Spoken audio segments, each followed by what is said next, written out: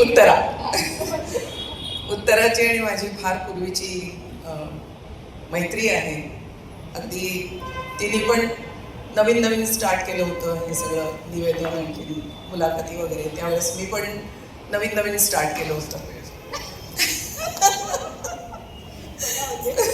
बघा बुवा. आणि तेव्हापासून मी पाहत आली आहे वेगवेगळे कार्यक्रम, वेगवेगळे उपक्रम, आणि इतकी ती बिझी असते की, आणि तिला कुठून कुठून या सगळ्या कल्पना सुचतात याची मला खरोखर कौतुकच वाटतं तिचं. आणि प्रत्येक उपक्रम हा आमच्यापर्यंत पोहोचतोच, कारण प्रत्येक वेळेला रणिते तुम्ही यायला पाहिजे असं म्हणून मला आग्रहाने बोलवते. आणि आज सुद्धा तितक्याच आग्रहाने बोलावलं, त्यामुळे मला नाही म्हणता आलं नाही. थँक गॉड की माझं आज शूटिंग नव्हतं. एनिवे, पण या अशा कार्यक्रमाला खरंच काय बोलावं हे सुचत नाही.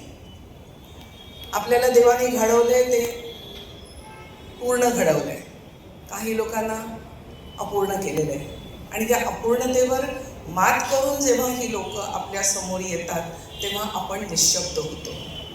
तशी आज मी निशब्द झाली आहे, कारण ही लोक, मला आठवतंय जयदेवजी जेव्हा वर्कशॉप्स घ्यायचे ॲक्टिंगचे, तेव्हा फार पूर्वी, म्हणजे जवळजवळ 20-25 वर्षापूर्वी, कौशल्या नावाची एक मुलगी त्यांच्याकडे आली आणि त्यांनी सांगितलं की मला तुमचं वर्कशॉप करायचं आहे, आणि ती अंध होती. जयदेवजीला पहिल्यांदा कळलं नाही की अगं पण आम्ही इथं एक्सरसाइजेस वगैरे करतो, आपण व्यायाम म्हणजे व्यायाम असा नाही, पण मूवमेंट्स असतात, हालचाली असतात, हे सगळं तू कसं करशील? मी करेन सर, मला फक्त तुम्ही संधी द्या. आणि खरोखर मला आठवतंय ती सगळ्या त्या 35 लोकांच्या मध्ये इतकी मिसळून गेली होती की कळत पण नव्हतं की ती अंध असेल म्हणून.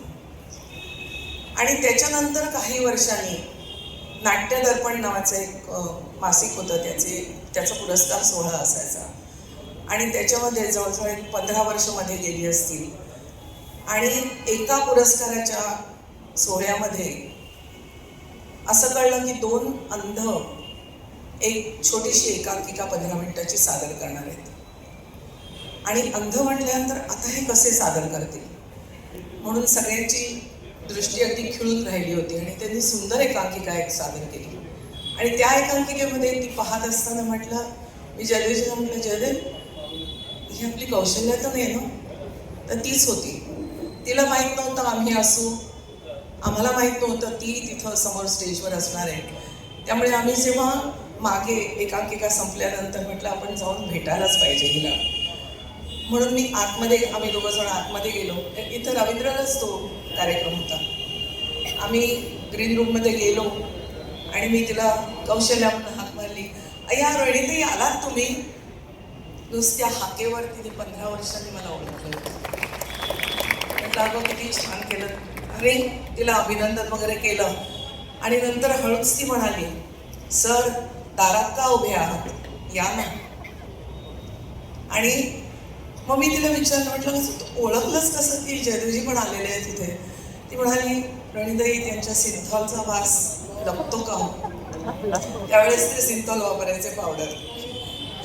आणि म्हणजे 15 वर्षांनी त्या मुलीने आम्हाला ओळखलं होतं.